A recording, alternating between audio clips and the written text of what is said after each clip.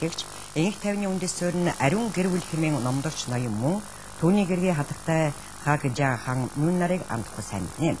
Тэгвэл тэд манай улсад энэ өдрүүдэд айлчилж дэлхийн 100 хотыг тойрсон итгэлийн аянаа Аз тэвд Монгол улсаас эхэлж байна. Ертөнц дахны энх тайвны холбооны хүндэт доктор Самьям Мюнэ энэ удаагийн илтгэл нь Бурхны хүслэнд гэрвэл бол энх хамгаалан тогтоох үлгэр завар мөн гэсэн нэртэй. Харин түүний энэ илтгэлийн гол агуулга нь хүн төрлөختөн хүйтэн дайны үеэс хойш бүгд энх тайван ярьж бичиж тунхагласаар ирсэн. Гэсэн хэдий ч өнөөдрийн хүртэл хүсэж байгаа энх тайван амьдралаа тогтоож чадаагүй байна. Одоо доктор мөн Эркинэгцоос Япон Солонгосын тус бүр 12 хотод очиж үгээ хэлжээ. 37 удаага хэлчихэж байгаа үг нь Монголд тохиож байгаамаа.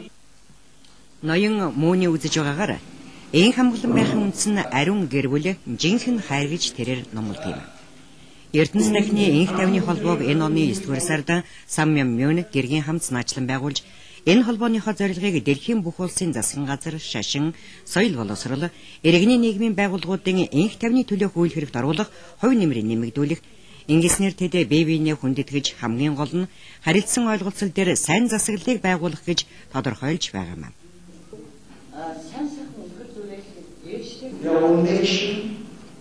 Өнөөдөр хүн төрлөختний тулгамдсан асуудал бол энх тайвнаар зэрэгцэн оршиж чадахгүй байгаа явдлаа.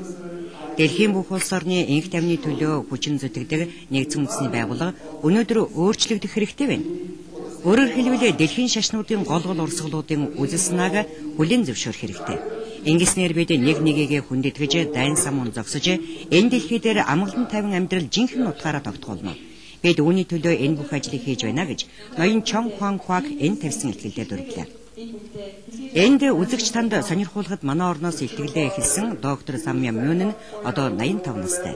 Хойд Солонгос төрсөн, түүний өнгөрсөн амьдралыг эргээднийг харвал үл ойлголцол, хавчин гадуурхах, үзэл санааг нь хаан богдуулсан бэрхшээлт амьдрал байлаа. Гэвч тэрээр энэ бүхнийг даван туулж амьдралынхаа бүхий л өдрийг бусдын сайн сайхны төлөө, энх тайвны төлөө зориулж чадсан энэ дэлхийн ховорхон хөвгүүдийн нэгэ гэж бүхний тэрэ түүнийг хүлээн зөвшөөрч байгаа юм.